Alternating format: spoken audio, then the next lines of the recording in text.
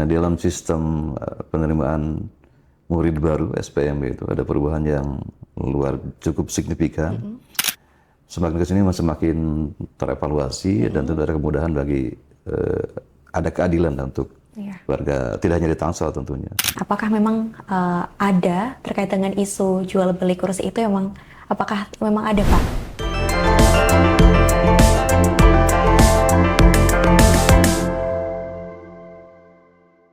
Assalamualaikum warahmatullahi wabarakatuh. Saya Deden Deni. Saat ini saya diamanahi sebagai Kepala Dinas Pendidikan dan Kebudayaan di Kota Tangerang Selatan. Dan hari ini kami coba diskusi kaitan dengan tantangan pendidikan di Tangerang Selatan secara khususnya. Tentu kami membawahi 157 sekolah dasar negeri, 24 SMP negeri. Nah, mungkin dari sisi itu saja mungkin sudah banyak tantangan.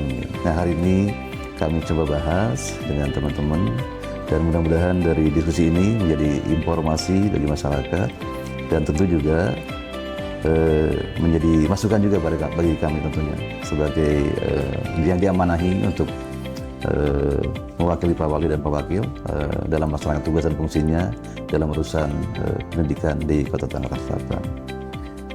Itu barangkali. Terima kasih. Wassalamualaikum warahmatullahi wabarakatuh. Halo Smart Tangsel, selamat datang di podcast Smart Tangsel. Hari ini kita akan membahas tema yang sangat menarik dan juga relevan dengan kita, yaitu Dinas Pendidikan dan Kebudayaan Kota Tangerang Selatan resmi buka suara terkait dengan pendidikan di Kota Tangerang Selatan. Seperti yang Tangsel People ketahui bahwa akhir-akhir ini banyak sekali isu pendidikan yang menjadi buah bibir dibicarakan oleh masyarakat, yaitu mulai dari jual beli kursi SPMB, kemudian persoalan zonasi, kasus dugaan bullying dan kekerasan, dugaan pungli, hingga infrastruktur dan juga putus sekolah, yaitu pendidikan putus sekolah bagi anak. Dan saat ini saya sudah bersama dengan Bapak Deden Deni, yang merupakan Kepala Dinas Pendidikan dan Kebudayaan Kota Tangerang Selatan. Dan kita juga akan membahas kupas tuntas terkait dengan persoalan apa saja yang ada di Kota Tangerang Selatan. Baik Bapak, terkait dengan isu yang baru-baru ini terjadi, yaitu terkait dengan jual beli kursi PPDB di Kota Tangerang Selatan. Seperti yang kita ketahui, kita sepakat bahwa transparansi adalah salah satu hal ataupun fondasi utama untuk membangun kepercayaan publik. Namun ketika kepercayaan publik itu terganggu, terutama dalam hal ini ketika proses PPDB tersebut, pasti banyak masyarakat yang bertanya-tanya. Nah, kira-kira dari kacamata Bapak sendiri melihat situasi ini itu seperti apa, Pak? Iya, mungkin PPDB dulu ya, sekarang tahun 2025 jadi SPMB, dan itu juga seiring sejalan dengan perubahan beberapa persyaratannya. Ya, tujuannya untuk memberikan akses seluas-luasnya kepada masyarakat, ya tidak hanya di Tangsel tentunya. Ya, sebenarnya kan yang menjadi masalah utama dari PPDB itu atau SPMB ini lebih ke ketidakseimbangan antara kapasitas sekolah dengan kebutuhannya. Hari ini jumlah lulusan ya sesuai dengan kemenangan kita kan di jenjang PAUD sampai dengan SMP, dan yang relatif agak bermasalah itu di jenjang SMP karena memang tadi ketidakseimbangan antara jumlah daya tampung dengan daya kebutuhan. Kalau kurang lebih lulusan SD itu per tahun itu 25.000, dan yang daftar ke negeri kurang lebih sekitar 12.000 atau 13.000-an setiap tahunnya, itu rata-rata segitu jumlahnya itu. Dan daya tampung kami ya sampai hari ini baru kurang lebih 7.000-an. Tentu kan ada gap tuh antara daya tampung dengan kebutuhan, pasti ada masalah di situ. Namun demikian kan untuk nanti kami akan berangkat setelah ini akan nyambung ke solusi yang kami siapkan, kami laksanakan terkait dengan ketimpangan tadi. Tapi kita bicara dengan mekanisme dulu PPDB. Dulu PPDB dengan zonasi, afirmasi prestasi sama mutasi. Dulu dengan zonasi ya praktis kan, yang keterima di negeri ya yang jaraknya dekat dengan sekolah, dan rata-rata kalau di Tangsel kan padat penduduknya, Pak. Ya, biasanya kalau sekolah negeri itu jarak maksimalnya di bawah 1 kilo. Di bawah 1 kilo jarak maksimalnya itu. Jadi ya mungkin hanya dulu berapa 50%, dan ya selebihnya prestasi, afirmasi dan mutasi. Ya. Itu kami untuk menyampaikan informasi bagaimana mekanisme pelaksanaan PPDB, berapa jumlah kuotanya masing-masing jalur, itu kami sosialisasikan Mbak jauh-jauh hari bahkan. Iya, betul. Bahkan pengalaman kami di tahun anggaran tuh, tahun anggaran pertama di bulan Januari itu di triwulan 1 kami sudah sosialisasi jauh sebelum pelaksanaan PPDB. Kami mengundang semua pihak yang terkait ya untuk menyampaikan hal-hal yang penting dalam proses pelaksanaan PPDB itu. Kami undang semuanya, termasuk juga kami berikan kewajiban kepada sekolah untuk mensosialisasikan mekanisme atau aturan PPDB tersebut supaya masyarakat betul-betul menerima informasi dengan utuh, yang utuh. Dan belakangan kan di tahun 2025 berubah secara dari PPDB menjadi SPMB, karena SPMB sistem kan SPMB itu tidak hanya dinas pendidikan, melibatkan semua banyak pihak dalam prosesnya, ada Dukcapil, ada Kominfo, ada masyarakat itu sendiri, maka berubah menjadi sistem. Nah, di dalam sistem penerimaan murid baru SPMB itu ada perubahan yang cukup signifikan, dan kami diberi keleluasaan untuk mengimplementasikan ya dari kan masih tetap ada 4 jalur, ada domisili yang dulunya zonasi, prestasi, afirmasi sama mutasi. Ya, cuman kami diberi keleluasaan batasan minimalnya, maka kami pertimbangkan sesuai dengan kondisi di lapangan. Dulu yang awalnya zonasi itu praktis hanya siswa-siswa yang dekat dengan sekolah yang diterima. Dengan perubahan aturan tadi, domisili itu tergantung, kami punya fleksibilitas untuk menerjemahkan apa itu domisili. Akhirnya kan kami bersepakat dengan panitia SPM itu untuk membagi klaster, Mbak. Ada yang jarak 0 sampai 1 kilo, di atas 1 kilo sampai 2 kilo, di atas 2 kilo sampai 3 sampai selebihnya itu. Ini kan memberi, walaupun secara kuota tentu yang jauh tidak lebih banyak dari yang dekat ya, dari 0 sampai 1 kilo. Itu kan memberikan kesempatan kepada siswa atau anak-anak yang selama ini praktis tidak punya kesempatan, ya, mereka diberi kesempatan tuh, walaupun kuotanya tidak sebanyak yang di zona 1. Nah, itu kan ada aspek keadilan dari warga Tangsel mungkin yang dulu tidak punya harapan kecuali melalui prestasi bisa masuk ke negeri, ya pada tahun ini mereka punya kesempatan, yaitu beberapa kebijakan baru dalam hal penerimaan siswa baru yang dulu PPDB sama SPNB, termasuk juga kuota yang dulu afirmasi, sekarang dulu zonasi 50%, sekarang 40%, afirmasi yang dulu 15%, sekarang 30%. Nah, itu juga memberi kesempatan bagi anak-anak yang dari keluarga yang tidak mampu juga punya kesempatan lebih besar masuk ke negeri. Jadi semakin kesini semakin terevaluasi dan tentu ada kemudahan bagi ada keadilan untuk warga, tidak hanya di Tangsel tentunya. Cuman kami tadi dengan SPM itu beri keluasan untuk bagaimana mengimplementasikan jalur domisili sesuai dengan kebutuhan yaitu yang kami lakukan, kami bagi 3 klaster. Jadi yang jauh pun punya kesempatan masuk ke negeri gitu. Kalau dulu ada istilah blank spot tuh, sama sekali nggak, karena jaraknya jauh. Jadi sulit masuk ke negeri untuk mengandalkan dengan jalur domisili kalau dulu. Sekarang sih relatif punya kesempatan. Oke Pak, itu kan berarti terkait dengan perubahan mekanisme ya Pak, terkait dari PPDB kemudian menjadi SPMB. Nah, mulai pertanyaan saya tadi terkait dengan apakah memang ada terkait dengan isu jual beli kursi itu apakah memang ada Pak? Dan kira-kira kalau misalnya memang ada, apa sih perbaikan sistem yang dilakukan oleh Dikbud agar tidak terulang kembali di tahun-tahun berikutnya? Kami jujur kalau sampai kami sudah mensosialisasikan proses SPMB jauh sebelum pelaksanaannya, bahkan sampai 6 bulan, dan kami masifkan itu, semua dilibatkan, termasuk juga kami memasang spanduk zona integritas, tolak pungli, tolak suap gitu. Itu kan untuk mengedukasi warga bahwa tidak ada dalam proses PMB yang katanya jual beli kursi, dan itu kami pastikan. Kalaupun ada ya mungkin yang seringnya terjadi itu tiba-tiba orang tua siswa yang menginformasikan kami sudah memberikan uang ke pihak, Tapi kami pastikan kalau di dalam jadi pihak kami di sekolah, karena kami seterbuka mungkin, setransparan mungkin. Jadi yang mungkin yang kami edukasi juga ke orang tua siswa itu bahwa hari ini semuanya terbuka dan ikuti aturannya dan jangan tergoda dengan tawaran-tawaran yang menawarkan diri bisa membantu masuk ke negeri dengan berbayar sekian. Itu pasti kan oknum-oknum yang mencari keuntungan di tengah-tengah ke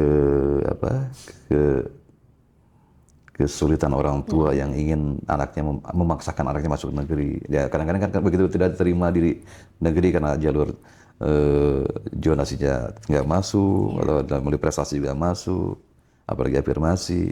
Akhirnya mereka mencari jalan lain. Nah itu kan dimanfaatkan oleh oknum-oknum yang mencari keuntungan dari warga yang sedang kebingungan. Nah itu kan pastikan tidak ada jalur selain itu. Dan kami tawarkan karena untuk solusi tadi antara ketimpangan antara kapasitas dengan kebutuhan, kan kami punya solusi, Mbak.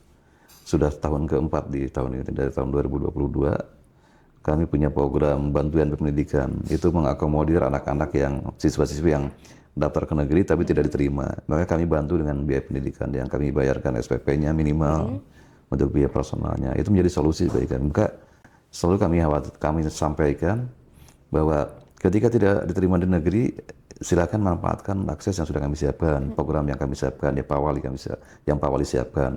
Itu untuk membantu warga masyarakat. Nah, itu kan tujuannya untuk memberikan akses yang seluas-luasnya kepada warga Tangsel Selatan. Jadi ketika tidak keterima di negeri, ya manfaatkan program itu. Jangan memaksakan ke negeri dengan mencari jalan-jalan yang lain. Dan sebetulnya dengan bantuan pendidikan, masyarakat lebih diuntungkan sebetulnya.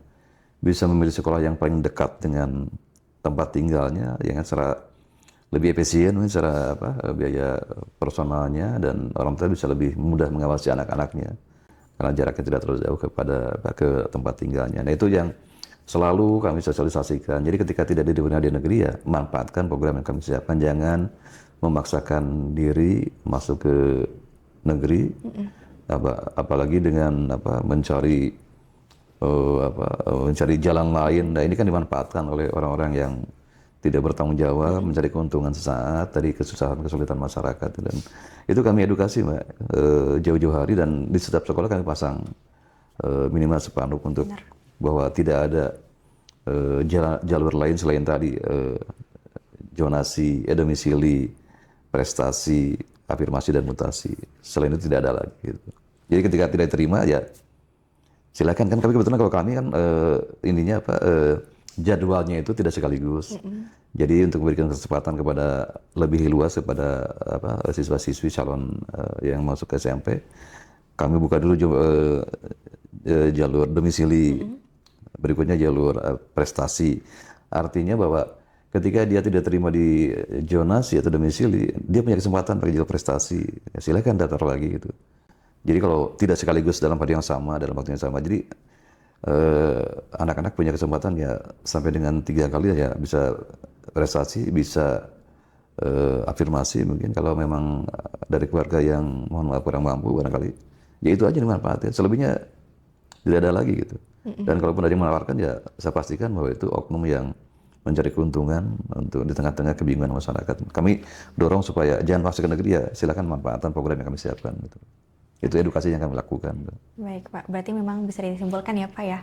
Dan juga untuk Tangsel People bahwa di Kota Tangerang Selatan terkait dengan pendidikan ini memang sangat transparan, dan juga pemerintah juga memberikan opsi lain ketika memang tidak diterima di negeri, kita bisa memberikan akses bantuan pendidikan ya Pak, untuk dibantu SPP-nya di sekolah-sekolah swasta. Nah, oke Pak, terkait dengan tadi masalah zonasi saya kira sudah clear ya Pak ya, dan tadi juga Bapak sudah menjelaskan dengan sangat komprehensif. Nah, akhir-akhir ini juga kita juga sempat digegerkan oleh salah satu tindakan bullying yang dilakukan di SMP, salah satu SMP di Kota Tangerang Selatan. Nah, kira-kira apa sih Pak tindakan yang sudah dilakukan oleh Dikbud terkait dengan persoalan ini? Oh iya. Ya tentu pertama prihatin ya kejadian kemarin, Mbak. Dan ini menjadi apa? Menjadi pelajaran bagi kita semua tentunya. Dan sebenarnya kami juga dalam hal pencegahan ya, pencegahan kekerasan di sekolah ya, 3 dosa besar pendidikan itu kan bully, intoleransi sama pelecehan seksual itu, Mbak. Ya kekerasan di sekolah itu. Dan dalam hal ini kami ya, sudah melakukan pencegahan sudah berjalan. Sebenarnya kami sudah membentuk satgas pencegahan dan penanganan kekerasan, termasuk juga di semua sekolah sudah punya tim pencegahan dan penanganan kekerasan. Dan ya mungkin belum optimal ya, tapi kami itu berproses saya kira. Dan kejadian kemarin menjadi pelajaran yang berharga bagi kami. Tapi sebelum itu kami juga menyampaikan informasi juga, Pak. Dalam hal pencegahan kami sudah menggandeng kejaksaan, kepolisian, yang sama-sama terjun ke setiap sekolah untuk memberikan edukasi kaitan dengan bahaya bully, bahaya intoleransi sama pelecehan seksual. Kami ini udah tahun ketiga kalau nggak salah. Kami kerjasama dengan teman-teman dari kejaksaan dengan program Jaksa Masuk Sekolah, mengedukasi anak-anak bahkan dengan gurunya juga tentang apa itu hukum, apa itu pelanggaran hukum, ya hal-hal apa yang berpotensi melanggar hukum dan apa konsekuensinya kita melanggar hukum. Itu kami terapkan sejak dini. Jadi bukan hanya di SMP, sejak SD pun kami edukasi. Jadi program Jaksa Masuk Sekolah itu tidak hanya di SMP, di SD pun dilakukan juga. Jadi lebih dini kami menyampaikan pencegahan kaitan dengan 3 dosa besar di dunia pendidikan tadi. Jadi itu sudah berjalan. Mungkin memang ada beberapa hal yang harus kami evaluasi. Kami akui kemarin juga ada beberapa sekolah mungkin yang dulu mungkin pemahaman teman-teman di sekolah, di dalam kelas itu guru bisa mengawasi, Mbak. Ya akhirnya yang dipasang CCTV di luar sekolah, di space-space yang memang nggak berpotensi luput pengawasan dari teman-teman guru. Nah, dengan kejadian kemarin ya mungkin hari ini jadi walaupun sebagian sekolah sudah memasang CCTV di kelas. Karena memang apalagi di SMP ada jeda waktu antara penggantian guru mata pelajaran tentunya, dan di jam-jam istirahat ternyata butuh pengawasan juga, karena seringkali kekerasan atau yang namanya bully apapun itu ya kejadian ketika tadi tidak ada guru ya di jam istirahat, terus juga di jam tadi pergantian guru. Dan kalau jam istirahat biasanya anak-anak kan di luar, maka di luar kami maksimalkan CCTV-nya. Cuman yang kemarin kejadian di dalam kelas itu menjadi catatan bagi kami untuk sama juga melengkapi perangkat untuk pengawasannya, salah satu CCTV. Dan itu tentu menjadi bahan buat kami evaluasi, Mbak. Dan kerjasama dengan kepolisian, jaksaan lebih kami masifkan lagi mungkin. Kemarin ya seminggu sekali, Mbak. Polisi juga sama demikian, seminggu sekali hadir di apel hari Senin. Kalau kejaksaan memang ada materi khusus sampai berapa jam di kelas itu memberikan edukasi ke semua siswa di sekolah itu. Nah, mungkin kami ke depan butuh lebih masif lagi, Mbak. Dan kami sekarang mewajibkan semua sekolah di jam pelajaran pertama itu memberikan tadi informasi bahaya itu, supaya ini informasi atau peringatan tuh berulang-ulang disampaikan tiap hari, bahkan jadi minimal 5 menit atau 10 menit sebelum pelajaran pertama guru mengingatkan itu ke semua siswa. Insya Allah kan kalau semua tiap hari diingetin, ini menjadi menguatkan tuh memori dia bahwa itu bahaya gitu, bahwa itu bahaya. Tapi tentu kami tidak cukup di situ saja, Mbak, karena bully itu tidak hanya terjadi di lingkungan sekolah, bahkan juga di luar sekolah gitu. Maka peran masyarakat, orang tua khususnya juga menjadi penting, karena kalau secara porsi kan waktu dari 24 jam di sekolah paling 7 jam ya. Jadi cuma 1/3 dari waktu yang ada, maka fungsi orang tua, masyarakat juga penting di sini. Bagaimana pencegahan kekerasan terhadap anak-anak juga menjadi kewajiban kita semua, masyarakat iya, orang tua iya, apalagi orang tua gitu. Jadi harus seriusian juga, orang tua juga harus punya motivasi yang sama. Di sekolah dikuatkan secara akademis, juga secara karakternya, ya di rumah juga dikuatkan lagi tuh, bagaimana anak-anak punya karakter yang bagus gitu. Dan masyarakat juga punya kewajiban, ya ketika anak-anak pulang sekolah berkumpul di suatu tempat dalam waktu yang lama juga punya kewajiban pastikan bahwa itu tidak ada hal yang berpotensi menjadi kekerasan. Jadi jangan AB juga gitu. Kita punya kewajiban yang sama dalam hal pencegahan tadi. Cuman yang terjadi kan hari ini misalnya terjadi tawuran di jam-jam orang lelah gitu ya. Biasanya dulu ya masif banget tuh kejadian yang kadang-kadang di medsosnya itu undangan tawuran gitu. Yang kejadian kan jam 2 subuh, kadang-kadang jam 4 subuh di luar jam pelajaran ya. Dan itu jadi bawah tanggung jawab orang tua. Yang ditanyakan bukan anak siapa tinggal di mana, sekolahnya di mana itu. Ya itu yang menjadi sebetulnya ada tanggung jawab bersama dalam ini itu. Ya sekolah, guru ya pas jam pelajaran, ya selebihnya orang tua juga punya kewajiban. Dan ya sekolah itu rumah kedua, yang pertama di rumah tentunya. Nah dalam hal ini tentu kami mengajak orang tua ya supaya seiring sejalan bagaimana pendidikan karakter di rumahnya juga, dan pengawasan juga harus ketat, karena bagaimanapun hari ini di era digitalitas saja, di era kemajuan teknologi, anak-anak semuanya pasti pegang HP, apalagi sudah SMP, bisa mengakses informasi kapan saja, di mana saja dengan mudah. Bahkan dia tidak hanya informasi yang bagus, yang jelek pun dengan mudah juga bisa diakses, dan pengaruhnya dahsyat banget. Maka pengawasan orang tua itu juga menjadi penting supaya anak-anak tidak terpengaruh dari pengaruh-pengaruh buruk yang didapat dari medsos atau dari HP-nya. Nah itu barangkali yang jadi ke depan ya pencegahan tentu kami TPPK-nya kami kuatkan lagi, kami bekali dengan pengetahuan yang cukup bagaimana untuk pencegahannya, bagaimana dia ketika kejadian kekerasan, dan yang paling penting bagaimana pencegahannya. Nah itu mungkin yang akan kami kuatkan, selain tadi kerjasama dengan kejaksaan polisian kami tingkatkan lagi, dan tadi juga yang paling efektif ya guru setiap hari mengingatkan supaya diulang-ulang. Itu menjadi upaya kami untuk mencegah terjadinya kekerasan di sekolah. Oke Pak. Jadi kalau tadi kita bicara terkait dengan perundungan ya Pak, itu kan berkaitan dengan kekerasan. Nah, ada juga hal yang mungkin sensitif, itu terkait dengan pelecehan seksual. Nah, kira-kira kalau misalnya dihadapi dengan kasus seperti itu, perlindungan seperti apa sih yang bisa dilakukan oleh Dikbud terhadap korban, yaitu siswa ataupun mungkin orang tuanya, seperti itu Pak? Di sekolah ada bimbingan konseling ya Mbak, bimbingan konseling, dan ternyata beberapa kasus dengan jaksa masuk sekolah, program jaksa masuk sekolah itu efektif Mbak di situ. Dulu mungkin korban pelecehan seksual karena dalam kondisi diancam, diintimidasi, dia tidak berani ngadu karena diancam. Bahkan dia ada beberapa kasus yang menyimpan beban itu sekian lama mungkin.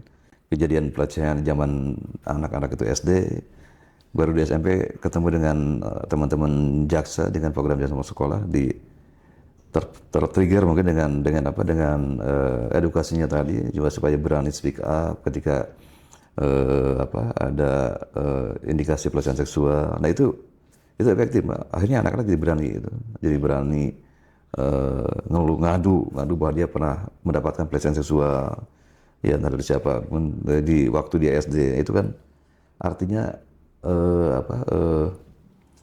program itu efektif tuh. Bukan hanya pencegahan tapi untuk menangani. Anak kan butuh pendampingan tuh ya. Pasti kan secara psikis dia terganggu tuh. Bayangkan sekian lama dia memendam beban itu, masalah itu. Nah itu menjadi salah satu contoh barang, dan yang kami kuatkan dalam hal ini adalah bimbingan konseling.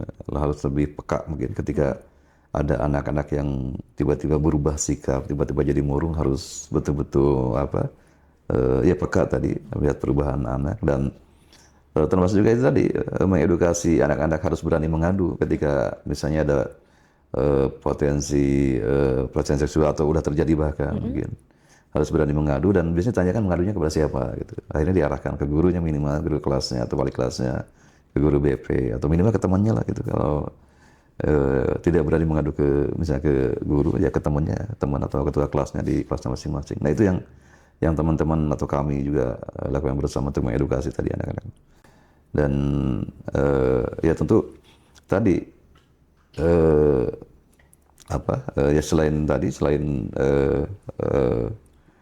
eh, penanganan pasca kejadian, ya yang paling penting pencegahannya itu ya, pencegahan, dan ya itu sedang berjalan tentunya. Cuman hari ini mungkin agak berbeda ya Pak. Kami juga kayak guru juga hati-hati juga barangkali. Hari ini kan agak sensitif juga. Kan kayak beberapa guru kayak guru kesenian, guru olahraga, kadang-kadang untuk meluruskan gerakan tubuh itu sentuhan fisik itu juga harus hati-hati juga kami sampaikan ke teman-teman guru itu.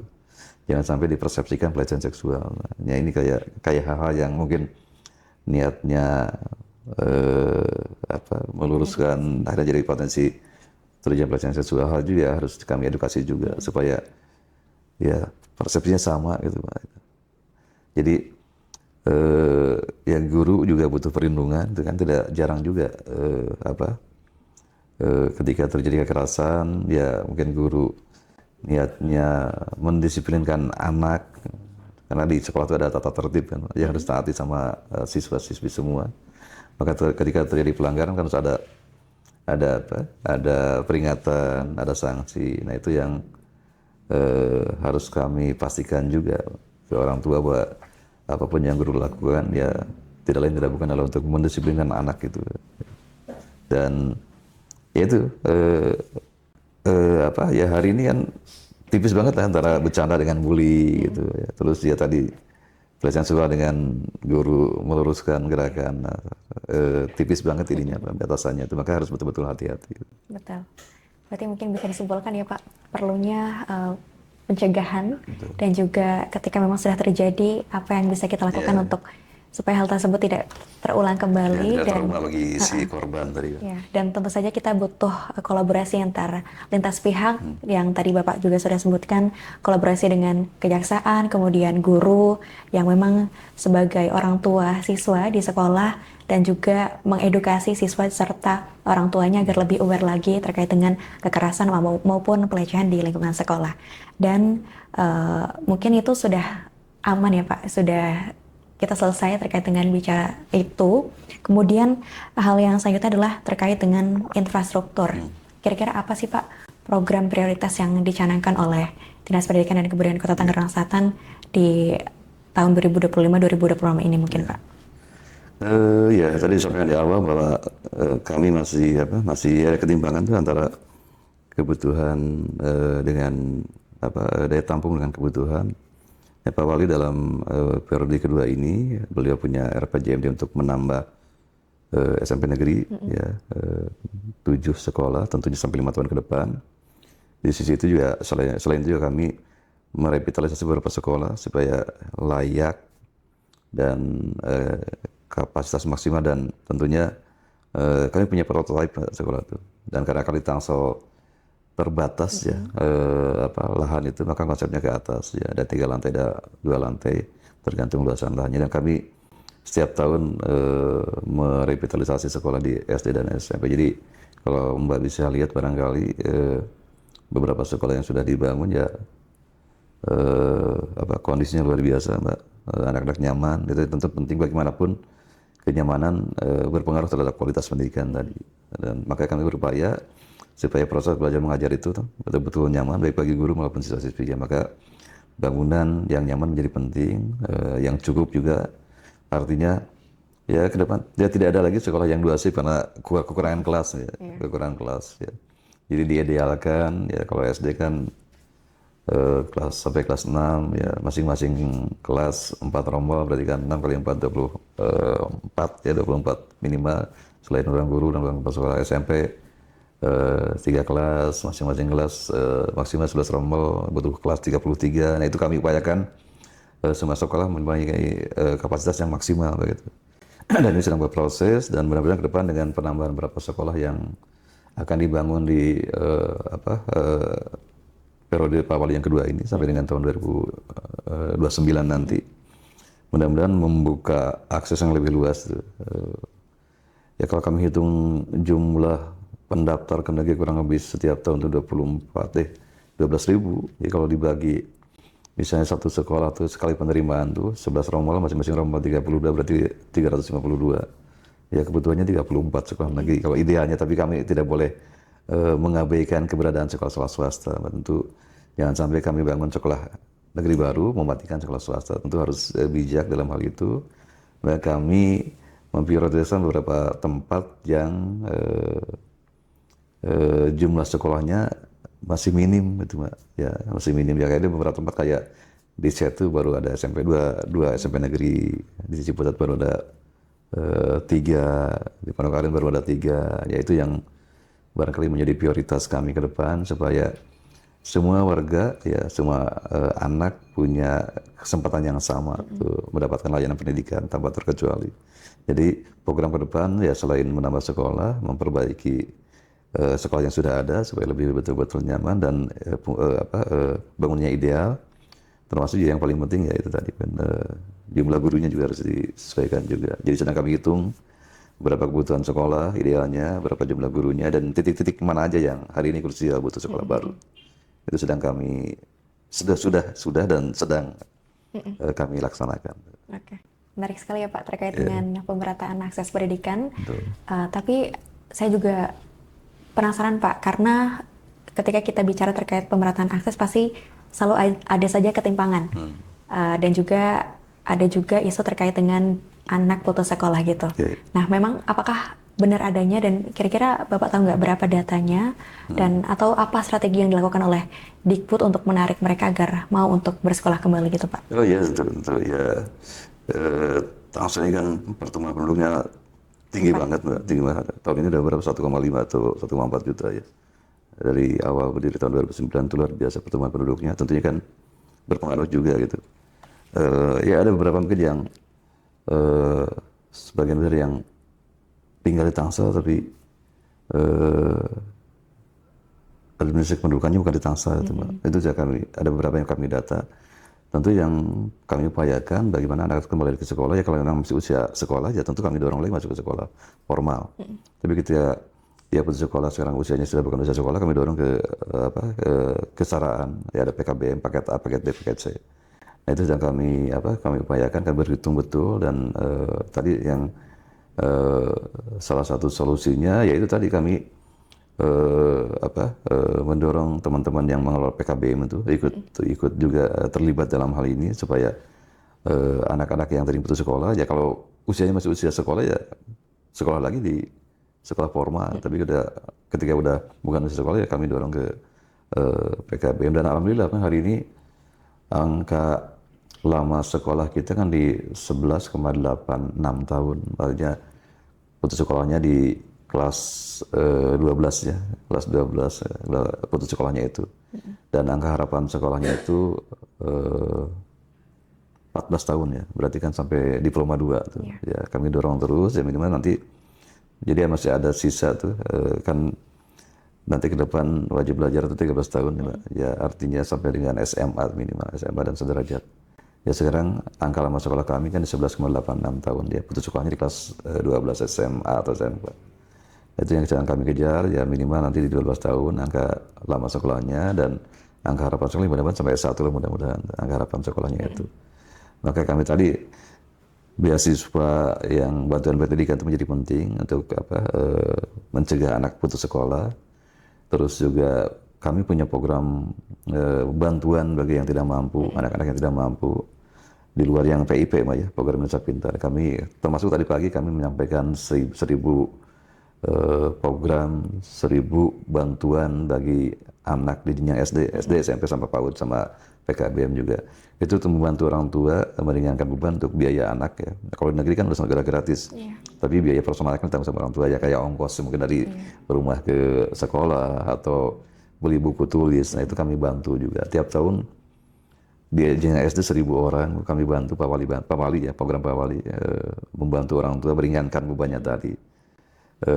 Di jenjang SMP pun demikian, dan bahkan untuk anak-anak teman-teman di PKBM ya yang kesetaraan paket A, paket B, paket C bahkan kami bantu juga Pak. Itu bagian tadi supaya menekan angka putus sekolah, jadi kami support, kami bantu.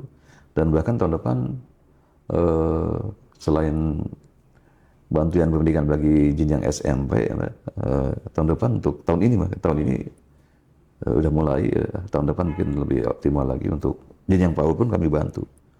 Jadi supaya orang tua itu ya yang punya anak usia ini yang 4 sampai 6 tahun ya menyekolahkan anaknya di PAUD. Karena ini kan belum semuanya sadar tuh orang tua bahwa pendidikan usia dini itu adalah fondasi bagi jenjang pendidikan berikutnya. Makanya kami akui angkanya belum begitu banyak, belum begitu tinggi, masih di angka ya 60% angka partisipasi sekolah itu di jenjang PAUD itu. Maka ini menjadi PR bagi kami supaya ke depan ya semua anak yang usianya 4 sampai 6 tahun dia sekolah di PAUD. Karena bagaimanapun jenjang PAUD itu menjadi penting karena fondasi kalau diibaratkan dianalogikan sebuah bangunan ya semoga apapun, semua apapun kalau fondasinya yang kuat kan nggak ada artinya itu. Ya itu juga bagian dari itu ya untuk putus sekolah itu yang kami lakukan, Pak. Bantuan biaya pendidikan. Terus juga kami menyisir mungkin koordinasi dengan kewilayahan juga supaya mendata sih seberapa banyak anak-anak yang tidak sekolah atau putus sekolah ya, yang usia sekolah atau yang sudah bukan usia sekolah gitu. Solusinya tadi yang kalau bukan usia sekolah ya kami dorong ke PKBM tadi. Ke program kesetaraan supaya angka lama sekolah kita ya bukan itu sebetulnya, supaya sesuai dengan motonya ya cerdas, pandai, religius, dan bagaimana bangsa punya sumber daya manusia yang unggul itu. Artinya kan pendidikan menjadi hal penting untuk melahirkan sumber daya manusia yang unggul. Itu barangkali. Oke, menarik sekali ya Pak. Berarti memang pemerintah, terutama dalam hal ini Dinas Pendidikan dan Kebudayaan Kota Tangerang Selatan memang berupaya untuk terus membuat program-program yang bisa meningkatkan kualitas pendidikan dan juga pemerataan akses pendidikan agar bisa dinikmati dan juga diakses oleh semua orang. Dan tentu saja hal ini untuk mendukung slogan Kota Tangerang Selatan yaitu cerdas, modern, dan juga religius. Dan ketika kita memprioritaskan pendidikan sebagai program pemerintah, itu juga nanti yang akan membantu indeks pembangunan manusia di Kota Tangerang Selatan ya Pak. Oke, mungkin setelah kita tadi berbincang ya Pak panjang lebar, kira-kira apa sih yang akan Bapak sampaikan nih kepada seluruh warga Tangerang Selatan, kepada guru, siswa, dan juga orang tua siswa, kira-kira apa yang akan Bapak sampaikan? Iya, tentunya guru, orang tua siswa, juga orang tua, ya tanggung jawab pendidikan itu bukan hanya tanggung jawab pemerintah, ya. Tapi masyarakat juga butuh partisipasi masyarakat. Tentu kami pemerintah yang terbatas dan menciptakan anak-anak yang punya karakter tidak cukup dengan pendidikan di sekolah. Butuh support ya, butuh peran dari orang tua dan masyarakat tadi. Ya tadi saya sampaikan di awal bahwa porsi waktunya di sekolah hanya 7 ya 1/3 mungkin dari total 1 hari itu. Selebihnya kan ada di luar sekolah. Maka menjadi penting tadi bagaimana orang tua seiring sejalan dengan apa yang dilakukan di sekolah tadi, memastikan bahwa anak-anak punya karakter yang bagus. Dan jangan lupa juga pengawasan juga harus, ya hari ini tantangannya luar biasa di era semua serba digital. Bahkan anak-anak pun bisa mengakses informasi begitu mudah di mana saja, kapan saja. Dan yang diakses ya tidak hanya informasi yang bagus ya bahkan informasi yang tidak bagus pun juga mudah juga diakses. Maka betul-betul orang tua juga harus bijak tuh, bagaimana anak-anak diberikan mengakses informasi tadi, dan tentunya harus ada pengawasan juga supaya tidak ada dampak negatifnya terlalu banyak maksudnya. Maka butuh pengawasan, butuh bijaksana memanfaatkan teknologi, dan sekolah ya harus tadi pihak sekolah juga harus sering-sering juga ada parenting gitu, supaya menyelaraskan antara program di sekolah dengan bagaimana peran orang tua untuk sama-sama mendukung anak supaya tidak secara akademis saja, tapi dia juga punya karakter yang bagus dan punya nanti kan ke depan lebih keras ya, tantangannya. Tentu anak harus punya mental yang kuat. Jadi dukung program yang di sekolah itu dan setiap misalnya di sekolah ada sanksi ya, itu tidak lebih adalah untuk bagaimana anak itu punya kebiasaan disiplin yang tinggi dan punya karakter yang bagus. Nah, maka butuh peran dari semua sekolah sebagai lembaga yang formal, orang tua juga tentu tidak kalah penting untuk bagaimana anak-anak punya tidak hanya bagus secara akademis tapi tidak punya karakter yang baik juga, yang bagus juga. Itu barangkali Mbak. Oke, luar biasa sekali ya Tangsel People, kita sudah mendapatkan banyak sekali insight dari Pak Deden Denny selaku Kepala Dinas Pendidikan dan Kebudayaan Kota Tangerang Selatan, Dan kita juga mendapatkan pelajaran bagaimana untuk membangun suatu perubahan pendidikan yang lebih berkualitas, kita butuh komitmen antara berbagai pihak, pemerintah, guru, orang tua, untuk menciptakan pendidikan yang lebih berkualitas lagi. Dan terima kasih banyak Bapak atas kesempatannya di tengah jadwalnya yang sangat sibuk ya Pak ya. Ya, Terima senang juga kasih. bisa berbagi dengan masyarakat Tangsel. Terima kasih Bapak, semoga kita bisa berkesempatan untuk hadir lagi. Insya Allah. Dan tentu saja Tangsel People, jangan lupa untuk saksikan next episode dari Smart Podcast. Dan kita cukup sampai di sini. Saya Zari Bara Zahra selaku host, pamit undur diri dan sampai jumpa.